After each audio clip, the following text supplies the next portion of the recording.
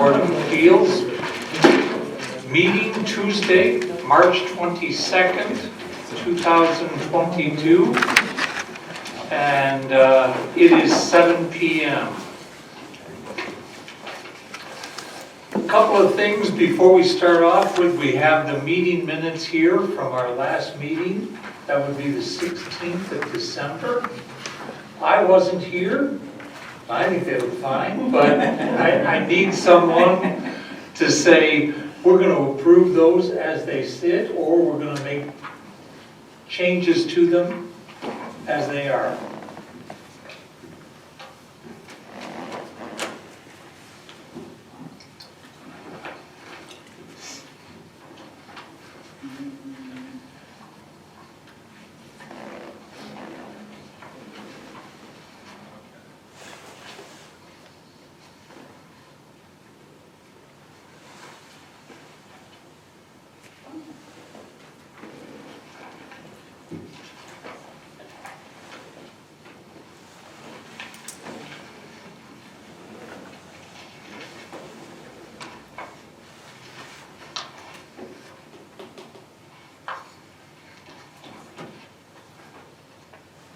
Any comments, any thoughts, any motions?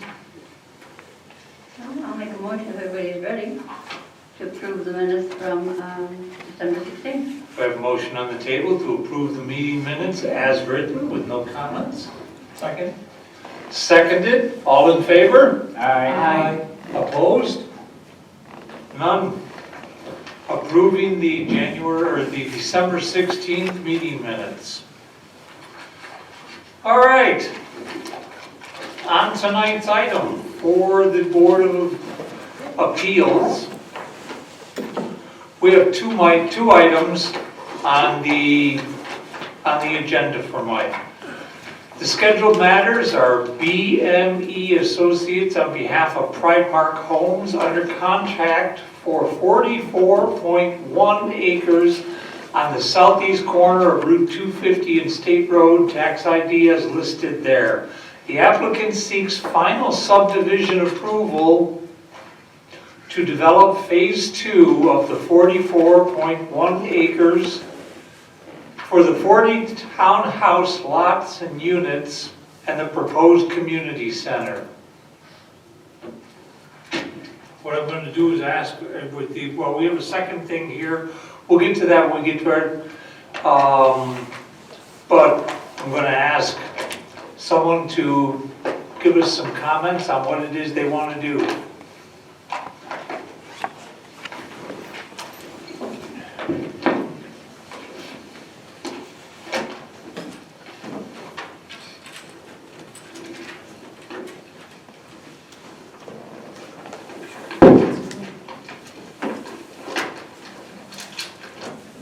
All right, good evening, everybody. My name is James Creedicos. I work at the ME Associates.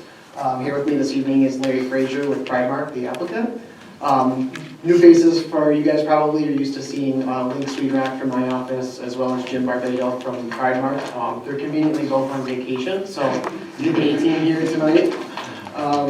As the chairman noted, we are looking for final subdivision approval for Section 2 of the Greenbrier Crossing project, which is over on the corner of 250 and State Road.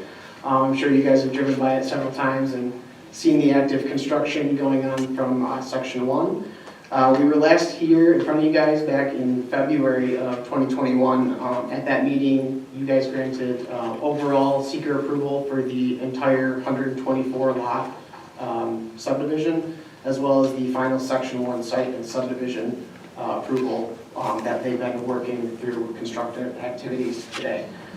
We were here the month prior to that, where we received the overall preliminary approval for the entire subdivision. Section 2 that we are looking to develop is entirely consistent with what we provided with the overall preliminary applications. As shown kind of on the graphic here, this is going to install the permanent final entrance onto New York State 250, so Webster Road. Right now there's currently a temporary construction entrance there. It's in the same location as where the permanent road will be. They've been using that to access into the site, bring in fill materials and such to enable the development of Section 2. With this next section, as the chairman noted, we're looking to do 40 townhouse units. It's going to consist of 7 4-unit buildings, as well as 4 3-unit buildings, and approximately about a 2,000 square foot community center clubhouse for use of the residents and the HOA that will be formed with this. Most of the infrastructure has already been done and enabled. A lot of the stormwater facilities, including the large stormwater pond, has already been installed, stabilized, constructed. So that's going to continue to manage runoff from the developed areas and the active construction areas. We will be making a new connection to the water supply system over on New York State Route 250 and extending that into the site. It'll create a loop and connect to some of the other infrastructure, water main utilities that were being installed currently with Section 1. The sanitary sewer, similarly, we already completed our connection along State Road, so that will really just be extended throughout the future right-of-way areas and streets as we build out the rest of the development. We're having consistent landscape and lighting plans with what we did for Section 1. Those are all included within the design plans.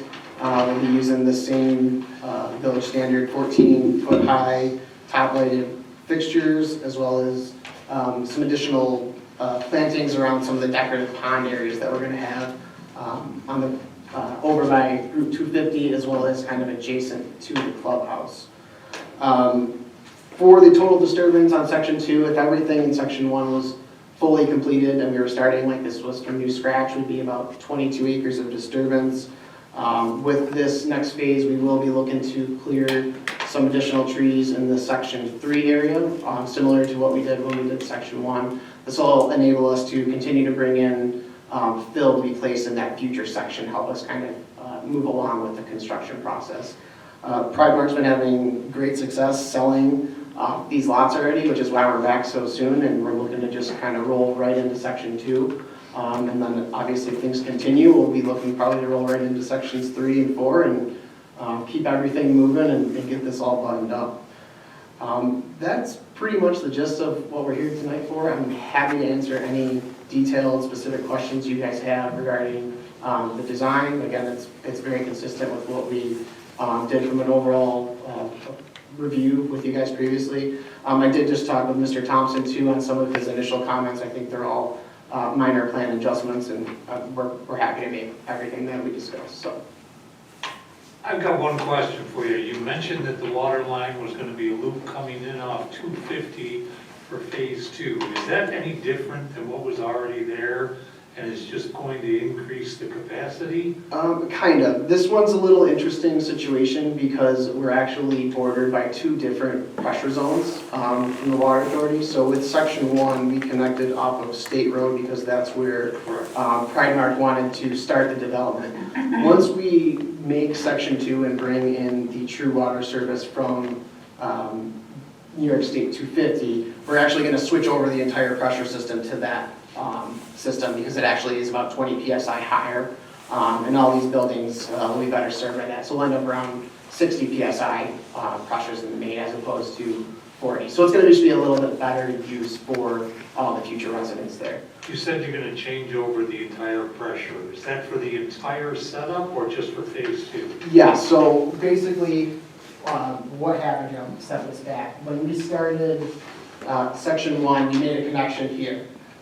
With Section 2, we're going to end up bringing our water main in here, which will then tie into where we stubbed it to here, finish this loop, and it'll kind of make this Section 2 loop. We're going to basically end up with a closed valve up here to isolate the 2 different pressure zones. This has all been reviewed by the Water Authority already, and this is being done at their direction.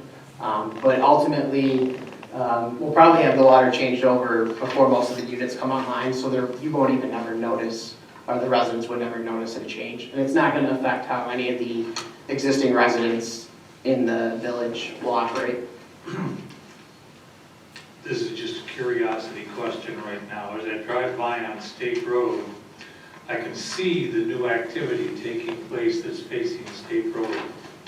How's that going? Have those been sold yet, or are those going up to sell? So I think Larry told me before the meeting that I think approximately 16 of the lots in section 1 were sold. There was a total of 31. So they're about half sold already, Okay. even before they've been built. And they expect to kind of continue with the way the market's been, selling those pretty aggressively. But 16 would be the first ones numbered up to 116? I believe we were using a numbering scheme that started with the 100, so it'll be 100 through 131 would be the section 1 plans. And then we'll have 200. I mean, the actual addresses of the lots might be assigned as they're created when the map's filed. Okay, In the first building going up, there's the buildings here, there's one unit that's sold. We have our temporary model that's gonna go up. When we finish section 2, we'll move our model over to here, this will be our permanent model. So at this building right now, we have 2 specs, 1 sold unit and 1 model. The second building that's going up, the foundation is in now, that is sold out. Our third building that we're hoping to start next month, that is sold out, and we just sold this building out here, which will be building 4, and we have a couple sales over here. And then there's a few in the other buildings, so it's going relatively quickly, and most of them are sold out in the direction that we're going. other questions from members on the board? So this is just, no, are these buildings being sold to individuals or to corporations? Individuals. Is that the model that you generally try to? It's not a model, it's not a 55 and over community, though that is the majority of the people that live there. But they're not being bought by, investment firms or anything? No, like no, that? Okay, definitely just curious. What's the sale price on those? They're starting right now in the low 3s. You can afford it, Carl. Write a check.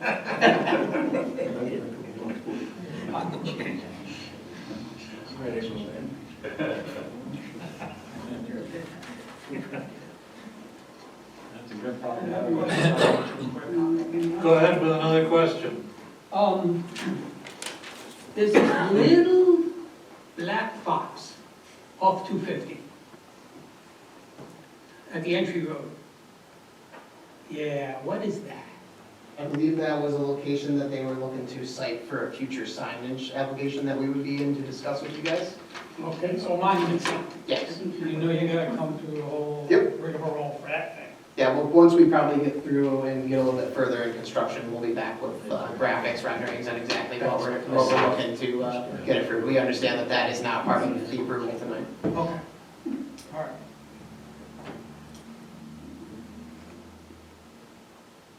I didn't even notice it. Other questions or comments? No. That is going so well for you? Thank you, it is. Good. Surprisingly nice. Very nice. Okay. So then what we're looking for is an action on the scheduled matter that's before us, and that's the applicant seeks final subdivision plan approval to develop phase 2 of 44.1 acres for the 40 townhouse lots or units and the proposed community center. All right, you want to open it to the public? Good point. Any comments from the general public? Yes. I'd like to ask a couple questions. Is there and will there ever be a connection to the village? Richard Walter, 20 Elm Street, for the record. Your project has made itself known from the beginning that you do not want to be part of the village. You have your own community center, your own everything, and you don't really associate with the rest of us. I'm not aware of any of that. Well, because we've asked several times to connect the sidewalk to the village, just a simple crosswalk, so that the village residents can come up and enjoy walking around your project on the sidewalks. Yeah, that sidewalk was added to the section 1 approvals. That will be That actually sidewalk's built added, from- what I'm talking about, the crosswalk across? We can certainly discuss with the Monroe County DOT if they'd be willing to allow us placement of a crosswalk across that. They typically will regulate, it's a county road. I realize you would probably have to put a curb on the other side or something, a landing pad, and paint a crosswalk and a sign that says crosswalk. Yeah, that's something that would also have to go before state and county, because it's actually State Route 250. They would have to be involved in that project. It's not, has nothing to do with the village. State road is a county highway, Right. so, but they are the people that should get approval for this, rather than wait a year or two when a kid crosses the street and gets hit, and then the county put in a crosswalk. But the county has to approve all that. Yes, I know, but now it's the time to start working towards that so that it is approved by time this project is done. So when the county sees that sidewalk stub, then they'll have to look and evaluate the road in order for all the crosswalks. It's not up to this applicant or this board to determine where the crosswalk is. Well, what I'm saying is this applicant should notify the county and It should. to try to get the county to come. It should. Correct. Yes. The county is aware of the sidewalk we are proposing here, and they did not dictate us to install a crosswalk or any signs there, but we can certainly, reach out and ask them if that's something that would be allowable to do. And another question is on the sidewalk now ends back a ways from 250. I would like to see it extended the other 20, 30 feet out to 250, to the right of way. After that, it's the state's problem, I realize. But for future connection, should the state or anybody try to put in sidewalks, Village, Webster, lately has been trying to go back to being a walking village. Yeah, and these were all things that were reviewed. I mean, we can I certainly. live in an old section of the village, and I'll tell you, everybody walks my street. People bring their dogs in from outside into town to walk in the village. Also, here, one of the principles the village has does not show the sidewalk in front of these That sidewalk's not installed. No, I know it's not installed. It will be. It's not It on will the be. print that I saw today. The section 1 plans don't have the sidewalk in, and these aren't being built yet. We don't want to put the sidewalk in. No, because the it's sidewalk is that I saw at the village today, that sidewalk is shown. It's not part of the section 1 construction, which is probably if you look at the overall project, it does have sidewalks. One the village has. Mr. Walter, excuse me, someone is trying to take minutes.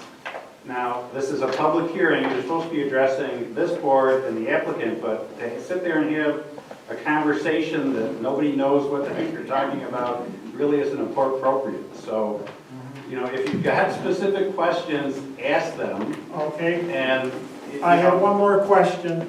The clubhouse shows a parking lot, the sidewalk going by the front. Could we get a crosswalk painted or a sidewalk across the parking lot so people walking can get to the clubhouse with a reasonable safety? Something we can review with the applicant. Sidewalk goes by, but there's no sidewalk across the, something from the front walk to the front door. We built a bank in town here several years ago that has no way to get to it unless you walk through the parking lot. This is a private clubhouse, so it's not a public. I know that, but the private people living there should have the safety of a walk to the front door. But it's true, so you want a sidewalk in the middle of the parking lot. No, I want on the section of green space, so when you get there, you don't walk up the road, you walk across. The way to the front door from the sidewalk is up the driveway. It should be there should be a front walk at least across the island in front.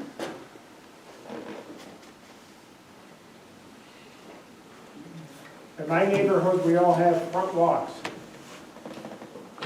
In Wilmerite, there are front walks leading out to a sidewalk that was never built. And I'll go back to your particular property in the village itself is much older than this and they all have sidewalks on them. Most of the Shantz track, I don't know much sidewalk going on. No, there's no sidewalk there, but it was designed for sidewalk because all the houses were originally built with front walks that led out and stopped about 6 feet from the curb. But they never came in out there. Yes, and what I'm saying is, let's eliminate that mistake and go back to having walks that lead out to the sidewalk. We built a bank here several years ago over on Main Street. It doesn't have any way to walk to it in the wintertime because you gotta walk up the driveway. Okay, fair enough. We've got your request is on the table. Thank you. I don't know that we can deal with it. I don't know anyone else can deal with it, but at least it's openly on the table. Thank you. All right. Any other thoughts on any of those comments? No. Couple quick things. We're discussing the 5 acre waiver, the original one, were you making that cover everything, or are you gonna need an additional 5 acre? We'll have to review that in Okay. terms of the SWIP to see exactly what the language in the 5 acre waiver request was. I do know the open notice of intent permit through the DEC covers the entire development as a Right. whole. Right. So if anything, it would just be a additional letter in explaining the sequencing we'll be following for section 2 activities Okay. to the town, or the village's SWIP administrator. Okay, yeah, just let me know on that. And then also, for the phase 2, is an additional letter of credit gonna be needed? Yep, we will be providing another letter of credit for all the public dedicated utilities and things, very consistent with what we did for section 1. Okay, perfect. And that's something that you're gonna deal with. That's Yeah. not in this at all. Right. Okay. Well, we just wanted to make, well, it is part of, yeah. You're gonna get to have your engineer come up with an estimate of the cost of the infrastructure improvements for phase 2. And then this board approves the amount, and the village board approves the form of the letter of credit. Correct. So, okay, that's what you did the last time. Yep, yeah, we've already actually started working together on estimates, so we'll probably have that over to you guys in a couple weeks to review. Wonderful. Perfect. Thank you. So let me ask you, to get to what Mr. Walter was talking about. You've got a very similar development, I don't know, about 3/4 of a mile down State Road. And there's a clubhouse there. Is there a sidewalk that goes to the front door of that clubhouse? There's a sidewalk that comes down and ends at that parking lot, and then it's very similar setup to this, but no, they do not join. Okay. Two wrongs don't make a right.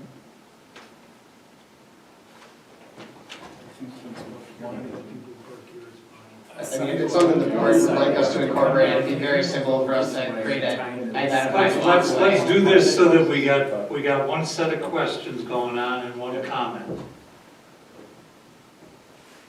Did you guys need to share anything with us? Well, no, I was just showing them where I believe Rick wants the sidewalk, is it basically goes around the parking lot and then ties into the sidewalk that goes down the street. So if somebody's walking down the street to the clubhouse, they have an access on a sidewalk to the clubhouse rather than walking down the driveway and through the parking lot. Sort of makes sense. Is that something you want to put in the final subdivision? I'm okay either way. It doesn't bother me either way. If it works for them now in the development that's up the road, then, and they haven't had any complaints, residents complaining about walking in the sidewalk or the street, then I'm fine with it. I would say, I'm familiar with the other one, because one of my brothers lives there.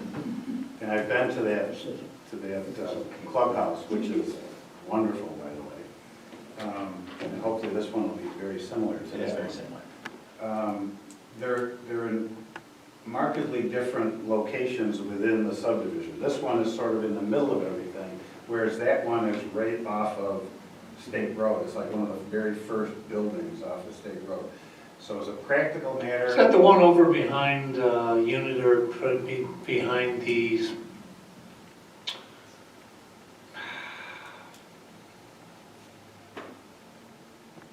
I think I've been over there, I just can't remember exactly where it is. It's on the, just west of Paris, or east of Paris Road, where Correct. T's on State. Yeah. That was the one. Yeah, it's almost opposite where Harris Road Right. ends or starts, depending on your point of view. But that one, the clubhouse is in the very beginning of the subdivision. And my guess is, and that track really goes back a ways. It's on much more land than this one. And so my guess is that unless you're one of the residents that lives in the very first couple of buildings, everybody drives to that clubhouse for an activity. Because frankly, it's a hike if you're back in that subdivision. Whereas this one is sort of in the middle, so maybe a sidewalk makes more sense. The other concern that I have is that if you have people who have handicapped, wheelchairs, scooters, or whatever, a sidewalk would probably help them. People with baby carriages or stuff like that would probably help them there, instead of going across the parking lot. So there seems to be, it makes sense to have this. Yeah, I don't think we have any issues with incorporating a little bit of additional sidewalk there to make a more direct connection with, what we need to delineate it. So my sense of things is, and I'm not sure what Mr. Walter exactly wanted, but I envision a U shape coming out to the other sidewalk, and then blending in with your existing sidewalk at the end of. The board wants us to extend sidewalk around the perimeter of the parking lot, Yeah. essentially on both It'd be sides. like a U shape going, horseshoe shape going out there, I guess. We can certainly accommodate that. So that would be part of any approval that you were seeking right now? I guess my request would be to just create a condition that we create some additional sidewalk connections to the clubhouse right away. As part of the approval, I mean, we're gonna have some other plan changes, per Mr. Thompson before we route anything for signature, things like that. Yeah, you have two choices. You can either make them come back and show you the plan with these sidewalks and not give your approval tonight, or you can make it a condition and rely on Aaron to make sure that it actually gets built. No matter. So how do you guys want to take this? Gentlemen, how do we want to take this? I say you make it conditional. Yeah. I mean, it's minor, it's pretty, the whole development's consistent with the overall approval, except for adding the sidewalk. So I think Aaron can handle the sidewalk on the plan, is my opinion. So you're going to make the sidewalk part of the condition? Yeah, approval is based on they providing the new plans with the sidewalk on it. So they have to come back to us for that? No. I don't think so. Except for the letter of credit approval. Well, does that make sense to everybody? Yes, it does. Okay, then what I'd like is a motion. Actually, I have one comment. I am disappointed that there are no representatives of the public who voiced their opposition to this project early on, who complained vehemently that this project was going to, in some way, be a detriment to their drainage issues. So I am now infinitely curious to see if in fact everything you've done has in fact improved, as we envisioned it would, and improved their drainage issues on the adjacent properties. The other thing that that group did is they called or they came in and they talked about headlights shining shining it on their own front of their houses and in their windows. Well, nobody's driving in and out yet, Yes. so we don't know yet. But now is the time when drainage issues become very evident. And I would love to know if all their properties are bone dry, better than they've ever been because of all the work that's already been done. I definitely cannot attest to that, but So, I mean, has anybody calling to complain that their properties are being flooded, or no? See, we never get that feedback loop. I do know we've Very curious to been know. regularly paying attention to the pond, especially over some of these larger precipitation events, and it looks like it's functioning exactly as designed. Obviously, a lot more development still is to come, which will all be routed to that facility, but as far as we can tell today, it's doing what it was intended to do. I will say though, I've had people call saying that that size pond is good for the area. I've had even people that don't live around there or are interested in, purchasing the site because they already have a house, but I've had people compliment how large it is and how it's going to improve the area. It's designed to do a specific job. Right. And that's just one of several ponds going on the property. So, Right. All right, so going back to where we are and what we've got on the table. Have we got a motion?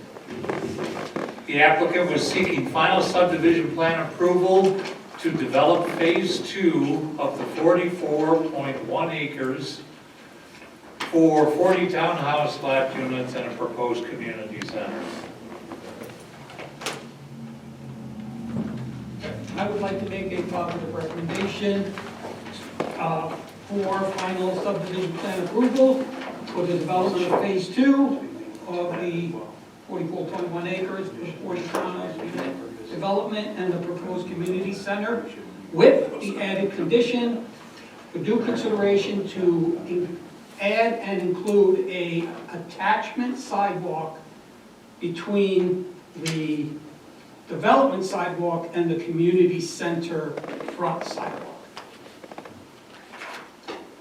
So tell us again exactly where that is, because I want to make sure we get that in. Is it, well, one side or both sides? Do we want a U shape? Both sides. I think one side is more than adequate, right? With that, I mean, that. So now you're Choose left or picking right? on me, who I'm on this side, so now I gotta walk across the, Okay, thank you. You got nothing, or you got something?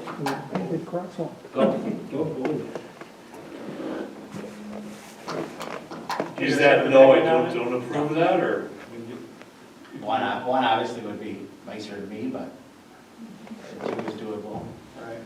Yeah, I mean, we could bring it around both sides, we can do whatever the board wants. I don't think it's a significant one way or the other. So it depends on where you're walking from. If you're coming from the east, we'd like to see one on the east. If you're coming from the west, we want it on the west. Walk all the way across the parking lot, depending on which way you're coming, to go up to the clubhouse. So that was Larry's idea, that was his U-shape. makes it Put it uniform. on both sides. Okay. Only I got the condition that All sidewalk right. be added on both sides of the parking lots to form a, we'll call it a U shape. All right, I'll second that. Okay, we've got that motion on the floor. We've got a second. All in favor? Now, Hold on. so that they're also seeking final site plan approval, which, as the code exists, it's controlled site approval under 175-40 of the code. So do you want to do 2 separate motions or throw them all in one? Wait, I thought- I don't see that. Isn't the final subdivision phase 2 only? Well, if you look at before, under the overall plan, you gave it both subdivision and site plan approval, and you reserved for each phase. So phase 1, you did both.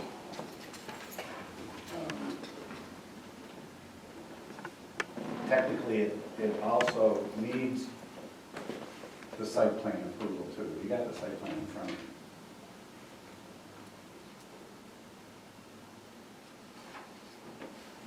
It wasn't advertised that way, but the controlled site use isn't subject to a public hearing anyhow, so it really doesn't matter that it wasn't published.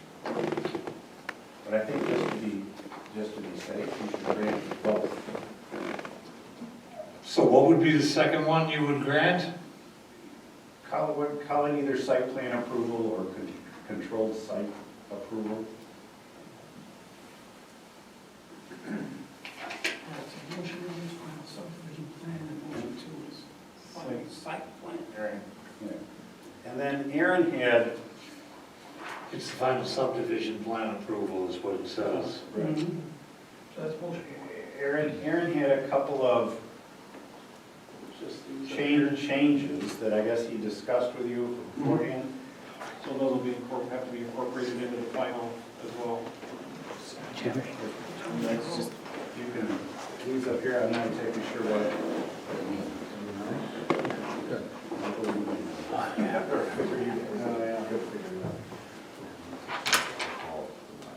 And that's just really in your review of the site plan. Yeah, yeah. But they're aware of them and they know we, Condition of, it's already, Oh, these are Jake's comments, okay. yeah. yeah, my name is. So you can also, the second condition would just be incorporating those conditions and comments. Comments, clarifications, and corrections. Right. And then you can just, well, you can give Jo a copy of Yeah. this so she can make it part of the minutes. Yep.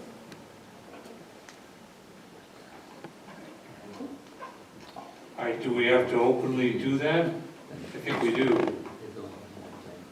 You have to make it part of the resolution, yes, Yes. to add a second condition. All right, so condition one is the inclusion of connector sidewalks from the subdivision sidewalks into the community center on both sides of the parking lot. Condition two is the incorporation of Jake Swingley's Up to comments, date. conditions, and/or corrections to the plans as noted.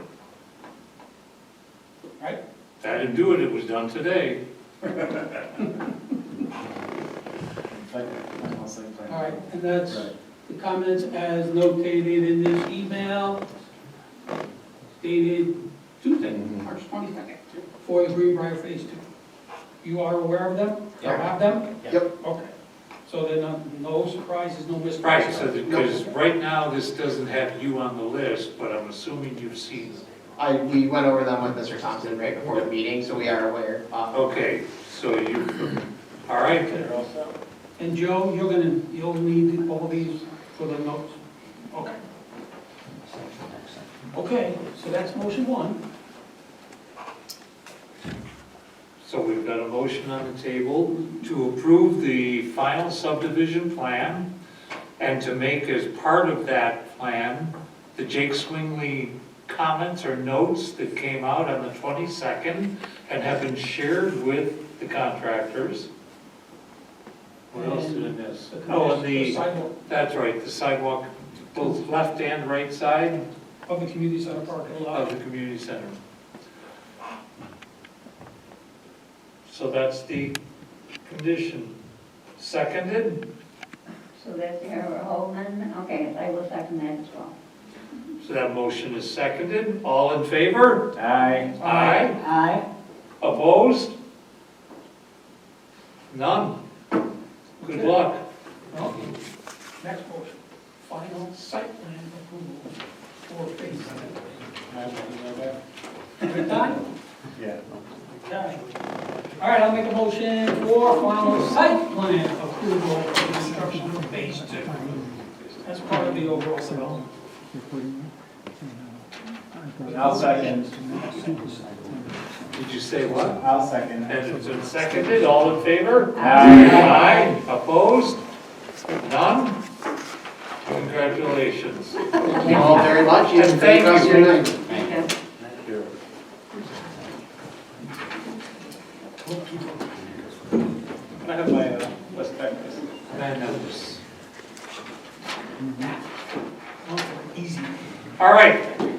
Second on our agenda tonight says Costage Engineering on behalf of the Donovan Flex Business Park under contract for 3 parcels totaling 8.59 acres north of New York State Route 104 and south of the former railroad right-of-way. The property is zoned G1 for general industrial. Tax ID is listed. The applicant seeks preliminary and final subdivision plan approval to develop 8.59 acres for a flex business park.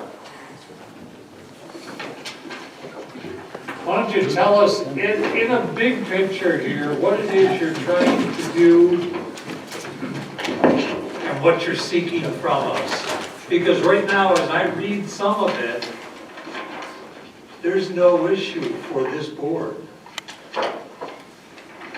So, I'll give you a little background and then we can get into issues. okay, Good evening, my name is Alex Amering, principal with Costage Engineering, offices at 217 Lake Ave. Representing Knowlton Estates LLC, who, as you mentioned, is under contract for the purchase of these 3 separate parcels.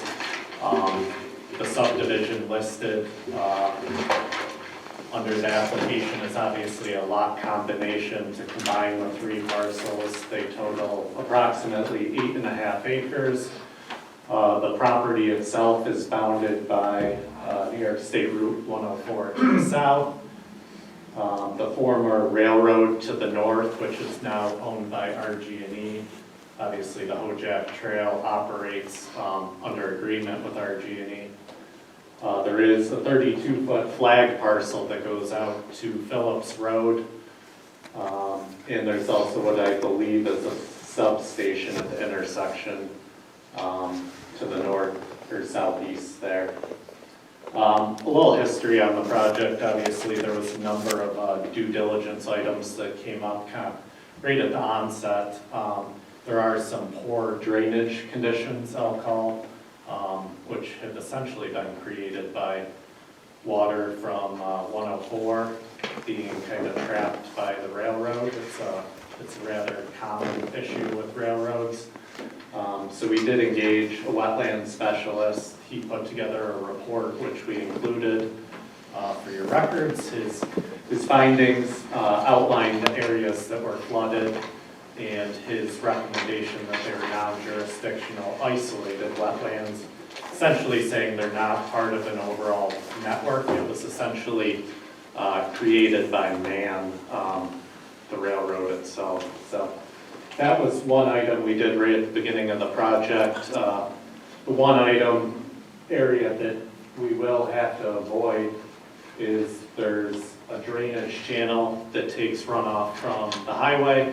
It is under a 40-foot easement to New York State DOT, so we'll have to coordinate with them. It aligns up with a culvert that goes under the railroad. It's a 2.5 by 5 foot arch culvert, so we'll essentially be extending the culvert through our property and the driveway will cross over it.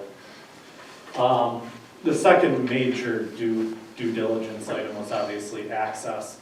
I think at the time the flag parcel was created to Phillips, it was, anticipated that 32 feet would be enough. Current Monroe County DOT standards say you need much wider than a 32-foot flag parcel. You essentially need 10 feet on either side of the driveway.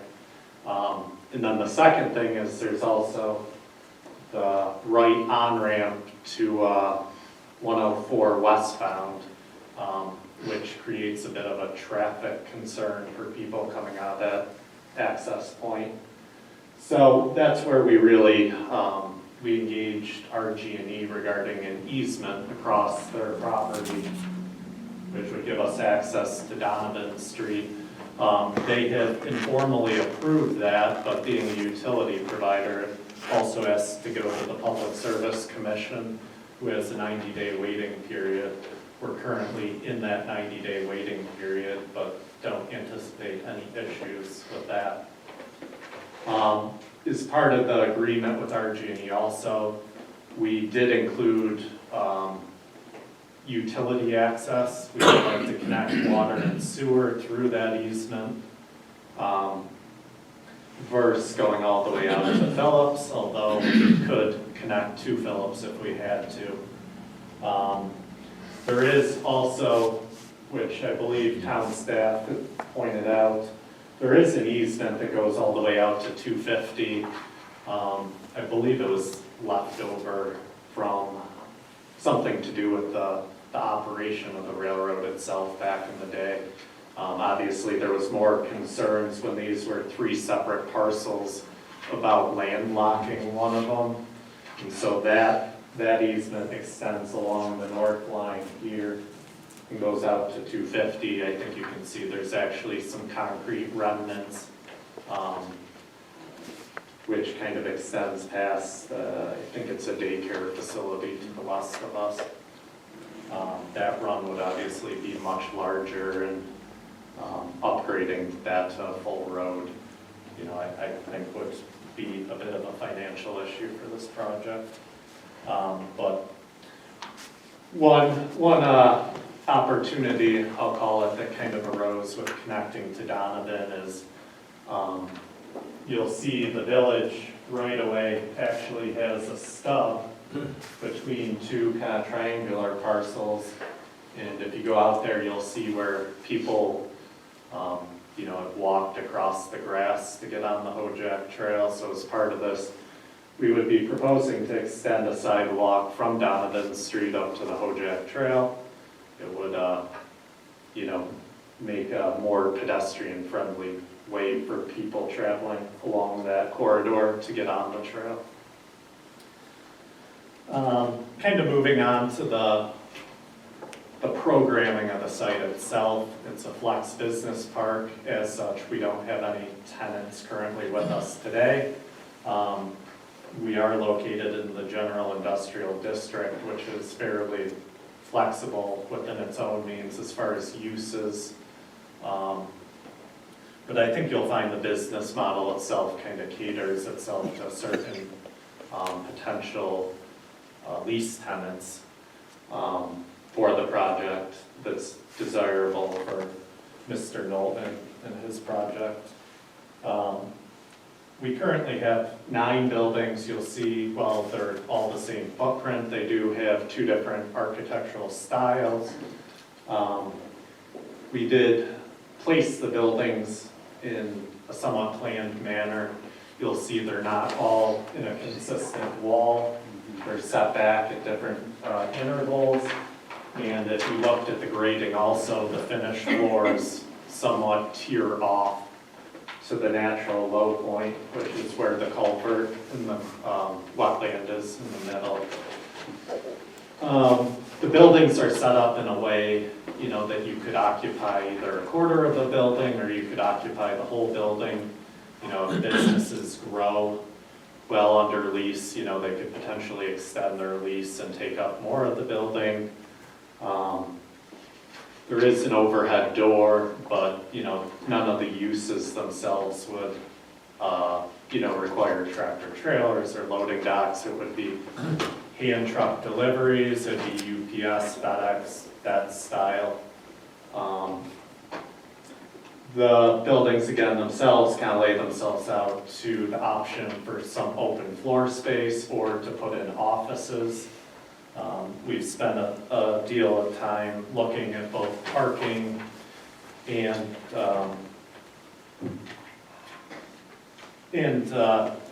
providing utilities. Obviously, you know, you have to kind of look at the worst case scenario. As part of the parking, you know, we looked at a bunch of the town uses that would be allowed in the district. And right now we're providing roughly 1 space per 200 square feet. If there were uses, you know, that were less, needed less parking, you know, we would welcome the opportunity to bank some of the parking. You know, so the owner in the future could build it, but it would remain as green space, you know, temporarily. We've obviously submitted a landscape and lighting plan. The lighting is dark sky compliant LED fixtures, fairly modern. It's a Lithonia D series. The photometrics are on there. Landscape itself, we are proposing to keep a reasonable buffer around the perimeter of the property, including along 104 and, wherever possible, just so we can provide drainage at the rear of the buildings. You'll see there's really no need for any access at the rear of the buildings. There's 5x5 pads, which meet New York State building code for ingress and egress. We have put together a stormwater pollution prevention plan, obviously meeting with the intent of the New York State DEC speedies permit. It's a combination of wet ponds, dry basins, and bioretention areas. For the most part, they're all around the perimeter. The roof is a moderately pitched roof that wherever possible, we're discharging to splash blocks, which will then go over land flow into the ponds. We did also put together a foundation planning plan, that benefits more the aesthetic of the building itself. Again, driving a certain, target tenant. We have included dumpster enclosures. There's one provided for every 2 buildings.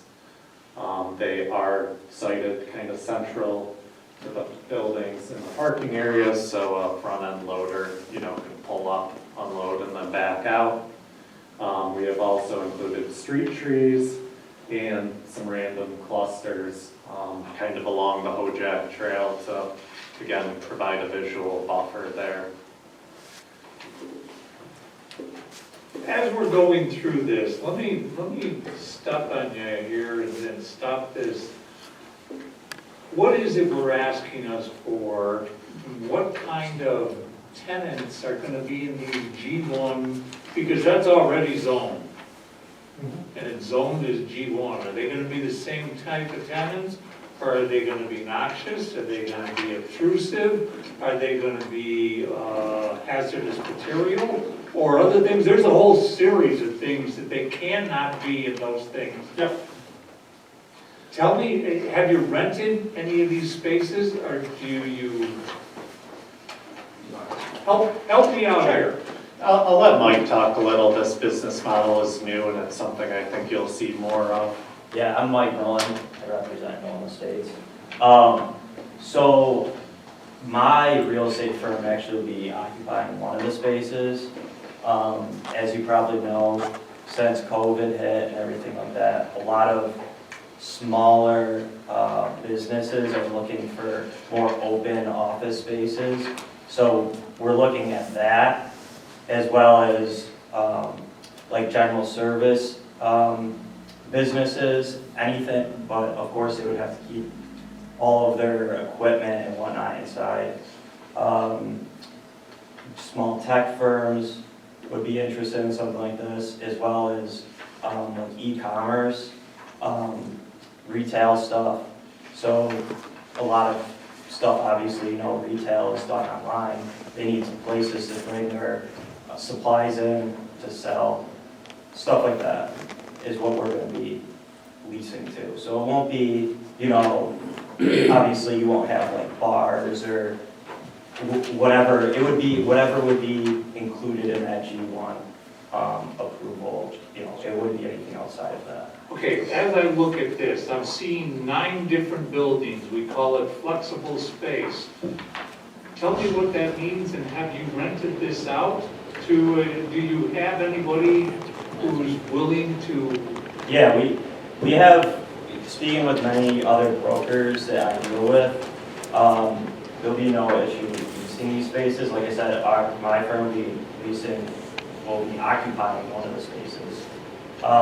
But as we build them, we don't see any issue in leasing them out to a variety of, again, the great part about this is that not only the building type, but also the zoning application you have a wide variety of tenant, where in a typical building, you only can lease to a specific tenant. Office building, you only lease to specifically, what this building is only leased to just specific office type businesses, whereas these types of buildings, which are popping up all over the place, are great as long as the zoning can apply to them, where you can have a wide-ranging tenant base.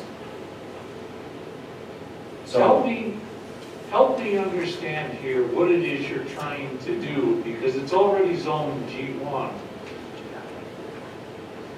Is there seeking out new zoning here, or a preliminary plan approval, or what are we trying to do?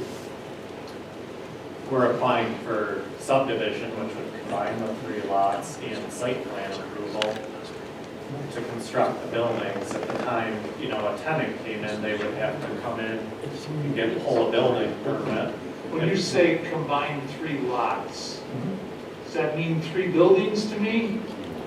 No, this is currently broken up into 3 lots. They need to combine the lots, they're not subdividing, so they need to combine the lots. I get that part, what I'm trying to get is a complete, so you're trying to take 3 pieces of property that are completely adjacent to one another, They're all combine them all into one owned piece of property, That's correct. and then you would maintain G1. We're not proposing any zoning changes. And even if they did propose, no matter what goes in there, as they're going in there, they need to come and pull a permit with us anyway. They'd have to be before this board, or If before they're this. switched, if it's not an allowed use. If it's an allowed use, then they're allowed to go there. If it's not an allowed use, they'd have to come back here for a special use permit no matter what. So, It's very similar to any strip plaza. right. When a lease ends and someone new comes in, maybe it needs a special use permit, then they would have to come back to the board. Maybe it needs a grease operator, and they would have to work with DPW. They want a new sign, they have to come into the board. We're kind of laying the groundwork and the infrastructure, to facilitate these leases. It's not saying that there aren't going to be additional catches, when a contract is signed. We'll have to come back to the board for anything that, again, signage, utility hookups, all of that. Is there sanitary or industrial sewer systems already existing on that property, or is that something we're gonna have to put in? No, we already looked at that. Jake and I looked at that today. There's already 10-inch on Donovan Street. So no capacity issues with? Not as of right now. We talked about, if there was a possibility, and we just threw it out there as a what if. If a microbrewery, goes in there, they produce a lot of different things there. So that could increase the capacity, but as of right now, that's not even on the table. So as of right now, there's no issues for capacity. Assuming it was domestic, which would be, typical bathrooms, a break room, that could all go straight to the village sewer system. If it was anything with floor drains that had potential for oil, we would do an oil separator. If it was something with food production, it would be a grease separator. So it will have to be looked at on a case-by-case basis. Absolutely. And there was, and I don't remember exactly where, but there was a larger pipe as well, located somewhat near there if they needed to hook up. I almost think Jake said 18-inch. If you're on, don't quote me on that. It was a lot larger than the 10-inch. That's pretty much right at the front of this property. And I did go over some notes with them as well of some stuff Jake and I noted down today. That's on that same sheet. Similarly, they'll have to put in, when they look at occupancies and fire code and all that, they're, gonna have to look at, the tenants and, base it off of certain assumptions and. One of the documents that I saw was that the buildings are approximately 6,000 square feet, and that up to 25% of the building will have different businesses, different companies, or whatever. Help me understand that. So the way the architect designed it is there's essentially 4 pre-designed partitions you'll see here, so that, you know, the most occupants could be in one building are 4. They would have 1 man door, they would have 1 overhead door, you know, but what that means is, you know, the partition doesn't have to be there, so it could be in increments of, you know, a quarter building essentially, if they wanted more space. And if they wanted the whole building, they could have the whole building. That's, they could have multiple, but yeah.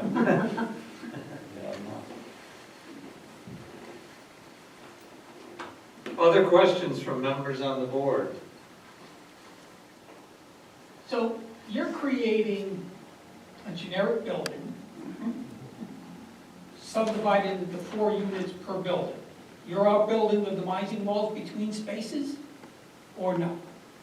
Are you finishing these buildings inside, or are you leaving them open for tenancy and then finish per tenant? Yeah, requirements? they would essentially put the shell and all the guts in, so to speak, but it wouldn't be finished. Right, rough in the bathrooms and have them ready to go. And then, depending on the tenants. the tenant's needs, we build out to their needs.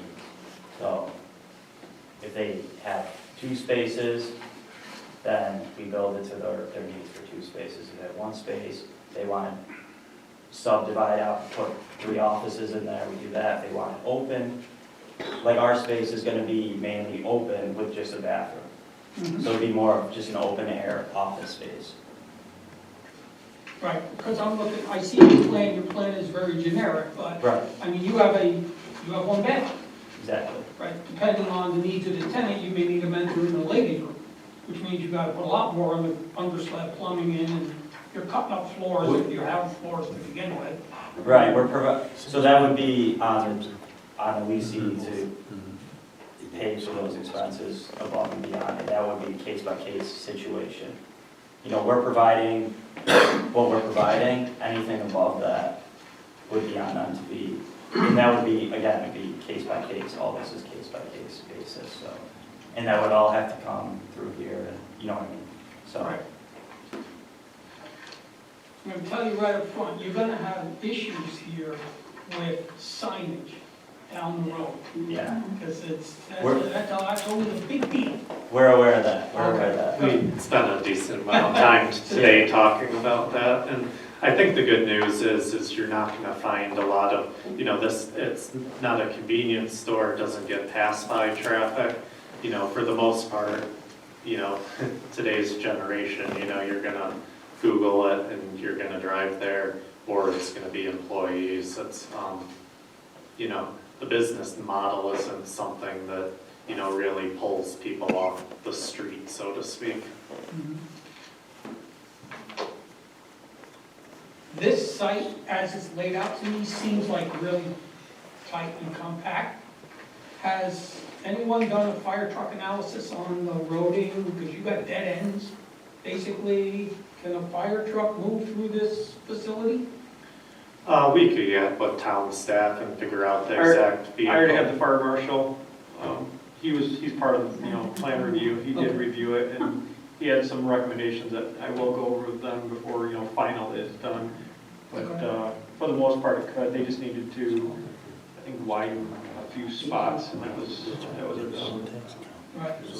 We do tend to be conservative when it comes to parking, because a lot of times when you take the radiuses and adjust them for a fire truck, you might lose a couple here and there, so. I mean, the amount of space parking you had, from what we figured, you had more than enough, so for whatever adjustments needed to be made for fire truck access, was able to be made. Yeah, it's a big one for me too, so. Okay.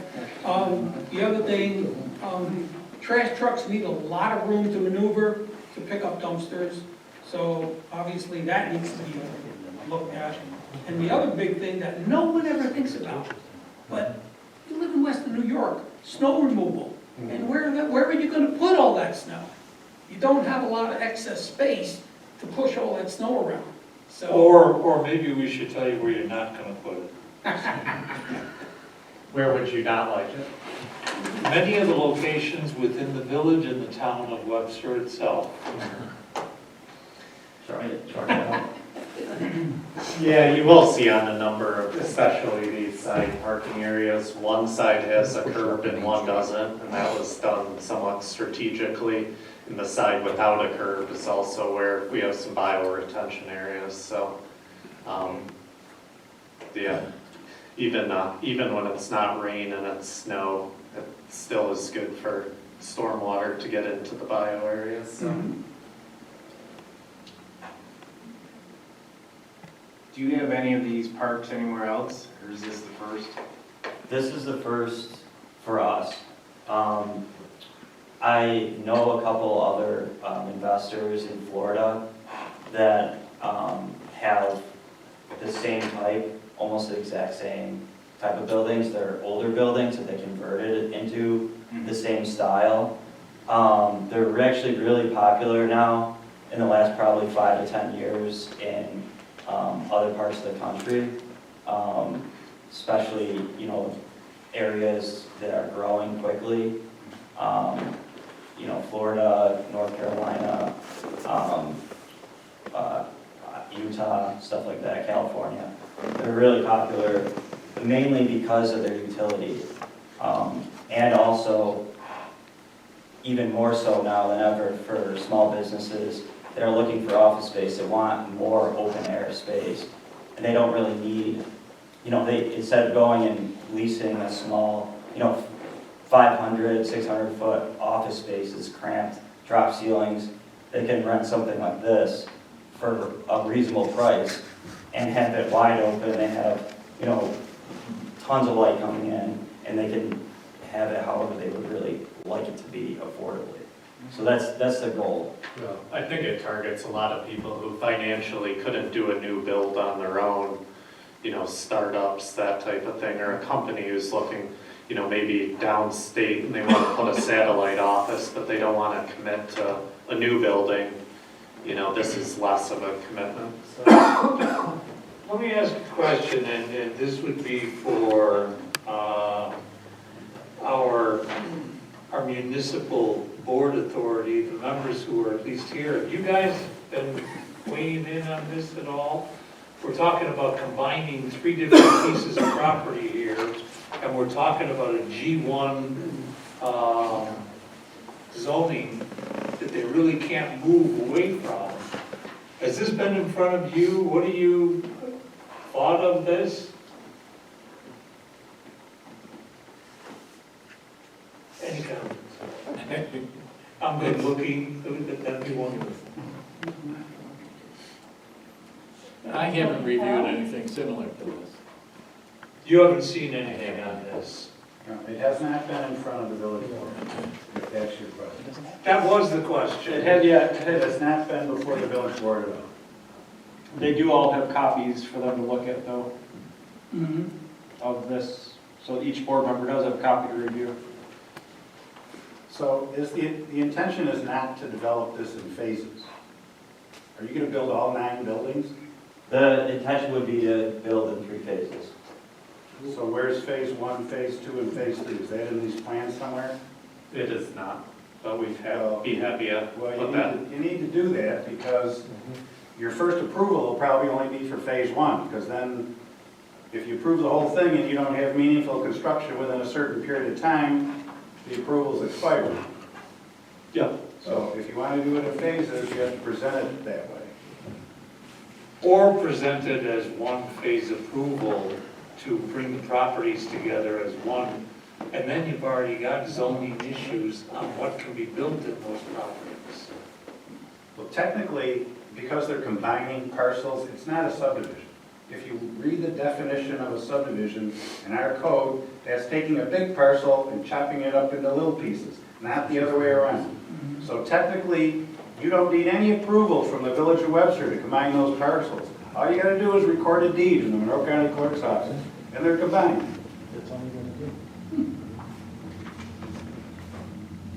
But you need, I think we do need a chairman's signature still, right? You do, yes. It can be done administratively, but obviously being here presenting the project as a whole, I think that was kind of, we weren't saving any time or steps really. If if the site plan doesn't happen, the subdivision. Right.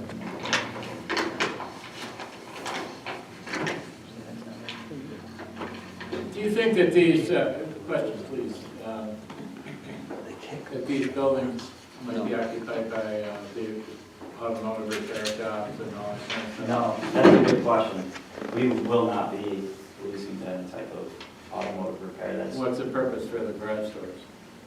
It's for, a lot of the space too is gonna be presumably leased to, like e-commerce, like I mentioned.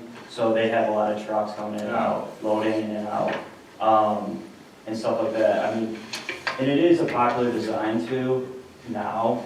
If you see some of the buildings downtown that they're building, they do have these like glass shaded overhead doors, just to allow sun and fresh air in, especially with COVID and everything else going on. They want to have as much air flow through these places and the ability to do that, even in upstate New York. We don't always have great weather, but. So this is going to be more like a E-type park, office, mostly office space, high-tech. Tech, yeah. That's a word. Yes. I do see some possible like general service businesses as well, but I would presume more towards that, yes. Because if you have automotive repair shops in there, then you got a pile of junkers in the parking lot. Yeah, no, that's, I wouldn't think you were gonna go down that path, no, are you? absolutely I not. think there's no advantage to the person leasing these and trying to bring people in, that's not a good look for filling space. Alex, have you talked to the state or the county about that right out and the proximity to the ramp on? We have not shown them the current design. We showed them a full access and they didn't like that. Okay. Quite honestly, I don't believe a secondary access is required, but it would benefit emergency vehicles. It would help, the majority of the people I think will be going to 104, so exiting out helps distribute traffic, so. Right, I just didn't know if the state DOT was gonna have an issue with being right there. I think the application is before Monroe County for a referral, so I would anticipate some feedback one way or another. Yeah, I have turned stuff over to Monroe County for their review. Obviously, they have 30 days to do that from their receipt, which was, I believe, yesterday. They're also aware that long form does have to be done as well, and they're taking care of that as well. I notified them yesterday, the day before, I think. so, and on these plans, it appears you've got Donovan Street going all the way down to Phillips Road, but it really doesn't. Plus you call it Donovan Park, it's really Donovan Street. There is no park there, that is correct. Donovan Street actually curves I think curves up to Orchard the Street. old right-of-way still exists. It is, but it's nothing It there. ends and it turns right there going up towards It Orchard. ends and turns, but there's traffic can't go out Donovan Street to Phillips Road. Yeah, we had the benefit of sitting down with Aaron and Jake at the beginning, and Jake was very helpful on the whole history on how Donovan, ended up going up Yeah.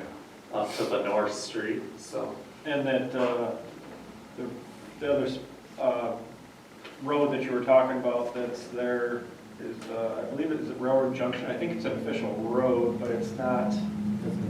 I noticed There's probably the continuation of Railroad Street. Yeah.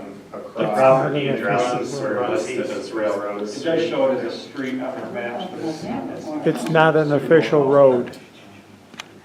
It is not an official road. what I was told today. So it's some point way back when it might have been. Right. It still shows up on the maps. So, and you realize that depending on the use of the building, there's different parking requirements for the village. Yeah, they were. Yep. You know, so if you decide one's gonna be a microbrewery or something like that, that's got different parking requirements than, you know, warehousing or general offices or retail, you know, so. And parking would be a killer issue for a brewery.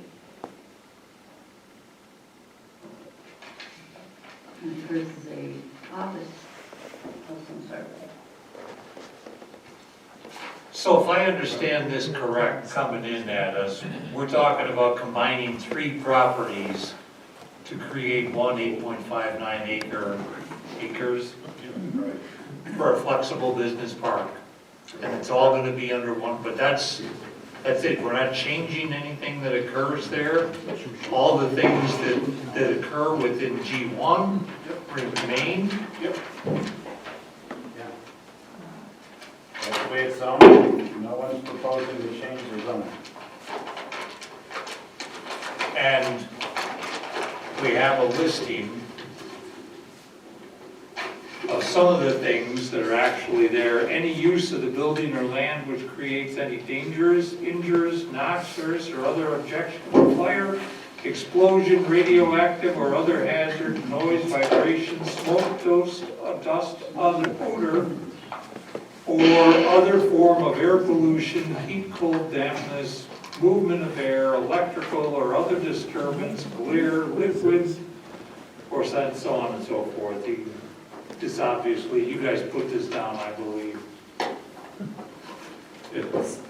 It's a different style zoning description. Instead of saying what it can be, it says what it can't be. Right. So it allows all uses except residential, or trailer courts, or junkyards, automobile graveyards, and disassembly plants, and those noxious uses, which I'm sure they're not going to try to market to somebody that wants to, you know, have fire, explosives, and radioactive and all that kind of stuff. But that allows them to have commercial uses, office uses. You know, it doesn't have to be just general industrial. If you think of industrial like the Xerox nearby, it could be what's allowed in neighborhood business, except for the residential parts of that.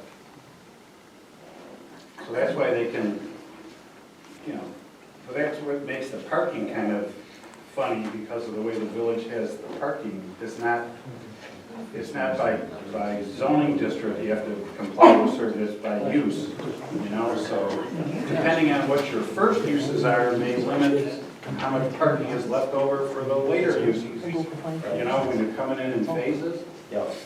Yeah, we would expect there would be some conditions to that effect that, you know, we can look at those things as the phases are kind of built out. To the same effect, we don't want a lot more parking than, you know, parking that's just never gonna be used. It's, that's not baked. And just so you know, the village is probably within the next 6, hopefully 6, no more than 8 weeks, is going to have a new site plan review local law and get rid of this controlled site thing, which doesn't apply here for this board. But one of the provisions of that is that for every, before a C of O is issued for one of these kind of places, you got to come back to this board with a site plan just for that building. Yep, but you know, so then they know actually what's going to be in there and how you're taking care of the parking and all that kind of stuff. that's consistent, I think, with a lot of shopping centers. Yeah, right. We don't have an issue with. Yeah, same kind of thing. What I'd like to do at this point is see if there are any comments from the public, or see if our village board has any other more comments on this, any thought processes as we move forward. Because the new laws are gonna come to you guys for approval. They're not on the books yet right now. Everything in 175 is still existing within the book.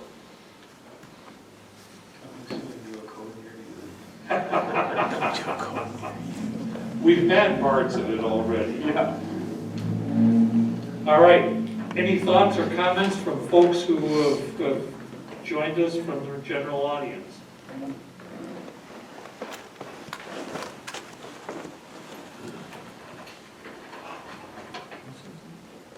Peter Elder, 59 Dunning Avenue. So a couple of things. First is, it sounds like the real crux of this issue tonight is just to do a re-subdivision. This is kind of what they would do in the town. So in effect, I think that if, it just seems to me that this is a concept. Do a combination of it. Yeah, so you're basically re-subdividing the parcel from 3 to 1. And then, so you're kind of more in a concept phase. But, so that's kind of how I wanted to address it at this point, is if it was a concept. And actually, this is kind of what the comprehensive plan talks about for the general industrial, the GI zone. And so it's actually not a bad match for that zone at all. The only thing I would mention, though, is that there is a recreational easement across the Hojack line. So that should be taken into account in terms of how to get across to that because we went to great effort to try to get that recreational easement in terms of how that interacts with traffic crossing that easement. It may not be an issue, but it's something to consider. So, but as a concept, this is, I think, an excellent match for the general industrial zone. So I encourage you to think about that. But obviously, in the concept phase, then you really have to really look at the 3 parcels coming together in one tonight. You can deal with all the other stuff later when preliminary comes in, really. So, anyway, so thank you for allowing us to talk. Thank you. Peter. And just so Peter, you know, and the rest of the public knows, the reason we're asking for a long-form environmental assessment form and not the short form one is because we believe this is a type 1 action, because of the Hojack. It looks like a type 1 action. And that all 3 parcels are adjacent to a recreational area that's either operated or maintained by the village. And so that's why we're considering it a type 1 action, and certainly, you know, the impact on the Hojack Trail is going to be very important.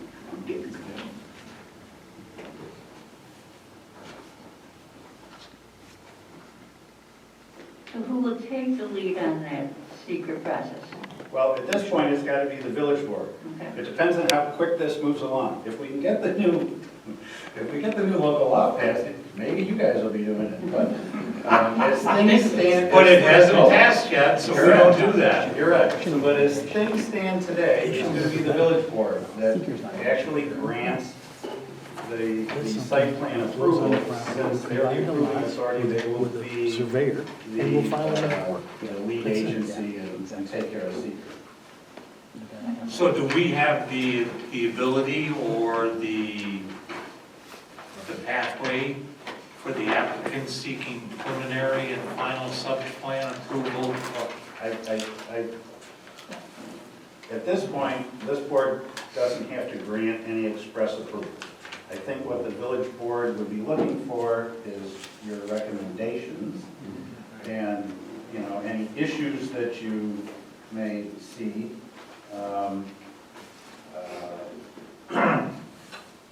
But at this point, unless and until the new site plan review law gets adopted, and we just handed that out to everybody.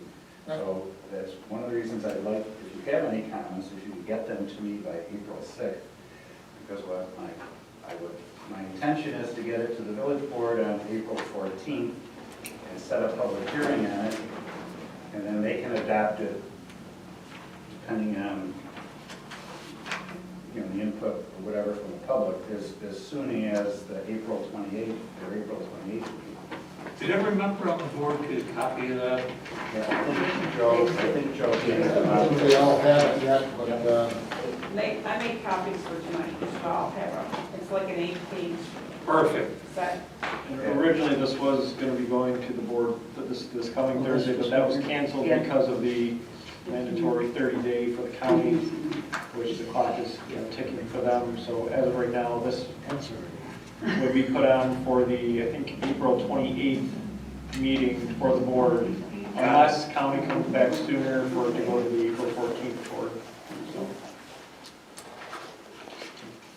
So what I'm looking for then, or what, if I've got this right, what we need to do is make a recommendation. And I think, as Peter said, it's more at this point on the concept level.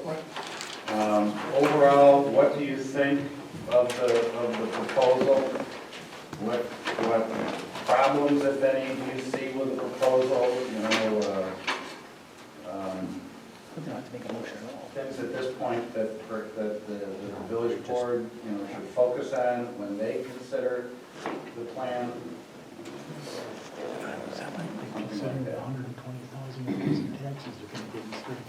You look like you were gonna make another comment.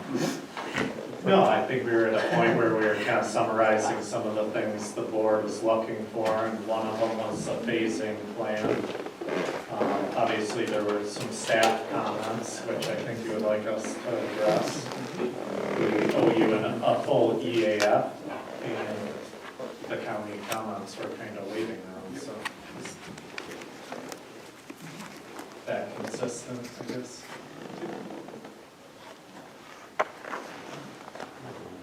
No questions or comments? Sir? I have a question. Joe Myers, Webster. I had a question in terms of your egress and exit. You have just one entrance and two exits, is that correct? Would you anticipate that all of your, or most of your exits will be towards Phillips? Or 2 exits, 1 entrance. Yeah. It's too close to the ramp. It's very, I want to know. I think it's to really take traffic that would go both east and west within the complex. Again, most of the people that will be coming here are gonna be, repeat folks, either employees or customers. So, I think naturally they'll tend to go in the direction, whether they're going east or west when they leave. Both 250 and Phillips, they're both more than adequate, from a traffic standpoint. I'm sure they've been studied up one side and down the other. Again, whether they come east or west, I think is going to be where they're going, I mean, I look at this and from the building that would be furthest to the east, if you did not want to go out and go to Phillips, and then you have to either go to the expressway or go on up to Main Street. If you wanted to go back and go south, you'd have to go back quite a distance along there are 2 buildings and 2 more buildings before you could turn right and go back out to the bottom. Is that, how wide is that going to be? I guess that's my question. How wide would that be? Would it easily accommodate another car passing, or traffic passing? Onto Donovan? That's a full access intersection, so. No. Within your complex. Just in the parking lot, internally. Internally. I'm not talking about externally, internally. They're all the drive aisles are designed as 2-way. I would have to check. It's either 24 or 25 feet. Is there a particular point within the development you're looking at, or? I believe, just so you know, I believe the fire marshal is was 26 foot. Yeah, standard drive. I'm talking about this one, right through there. Yeah. Yeah. So you only can go this way? Yeah, it's a typical, Let's stay there. Yeah, their shopping center. Okay, what was determined between their conversation? All the drive aisles are typical of what, this village or any other town would expect, which is typically 24 to 25 feet. Including the flag lot? Right, and That's all the 24 cars that are feet? parked? That's one way out to the flag. The rest is all That's gonna be two-way. right turn only, Okay, one just exiting. yes, but how do you, Well, it doesn't need to be as wide for a two-way. It will say do not enter. you know somebody's coming down Phillips and phew, they're gonna cruise down that lane. Mark my words. They do what they want to do. Mark, we're gonna close down Orchard. No, Phillips, Because it's no starting. down there. Somebody's gonna try to scoot down this lane. Yes. All right, One other thing. go ahead. Two drawing corrections, two buildings noted here have sewer connections shown, but they're actually attached to the water. So, Make sure we sewer and Yeah. water.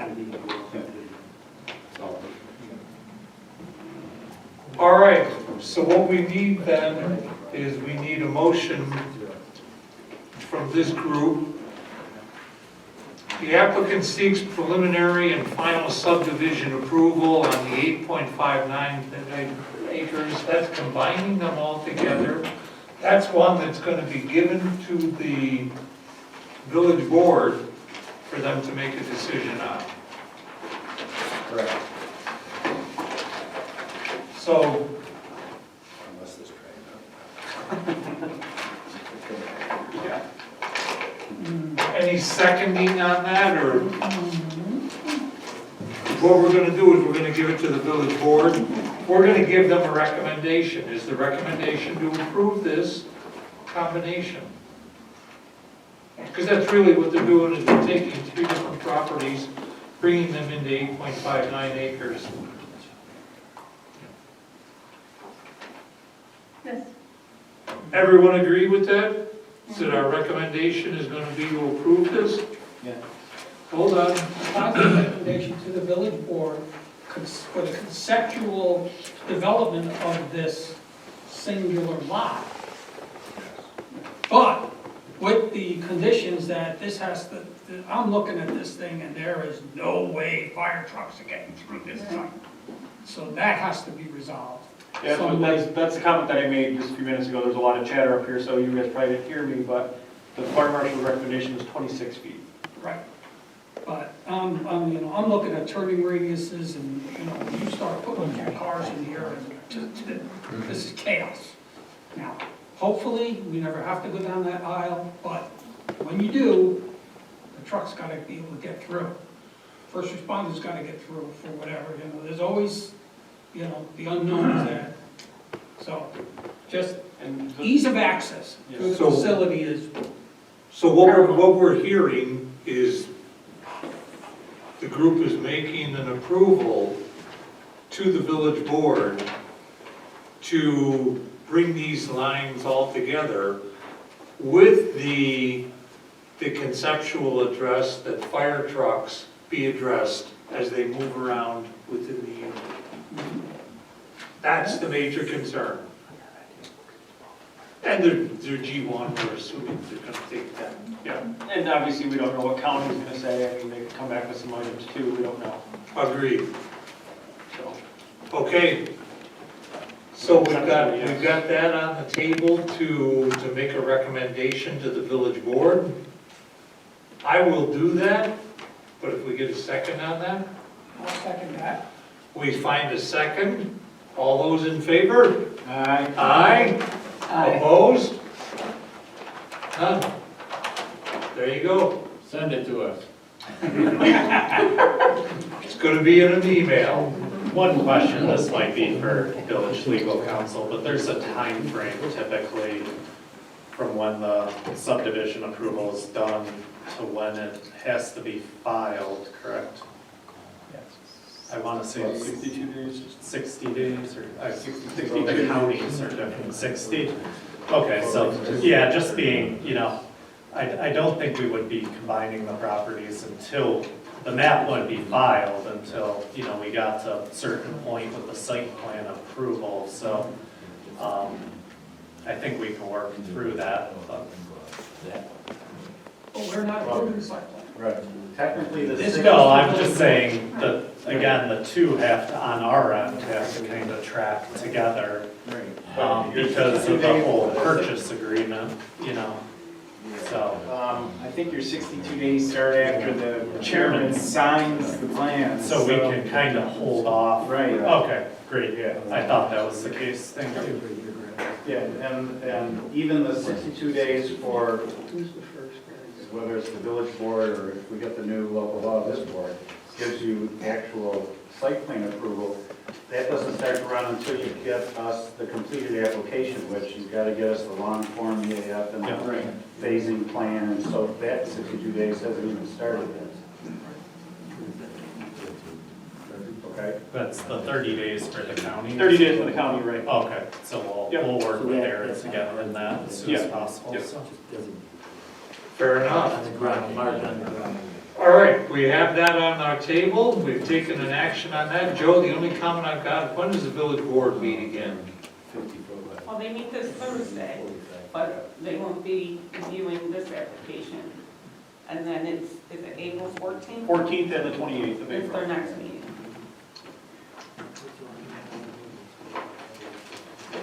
April 14th and 20th. 28th. 28th, excuse me, 2 weeks out.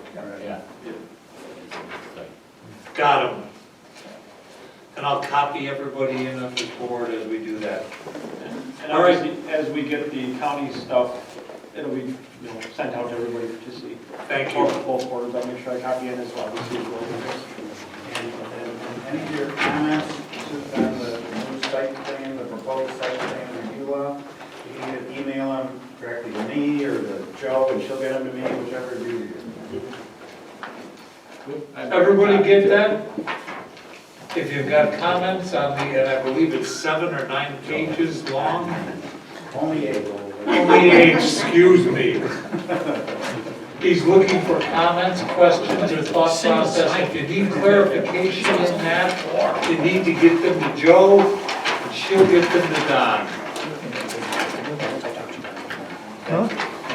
You're welcome. You talk to me on the phone? That's all I have. Our next meeting is The 21st is your meeting of April. 21st, if we have applications. all right. Well, I think no matter what, the other one, the first one that we had for Greenbrier, the approvals and stuff, so letter of credits and everything else.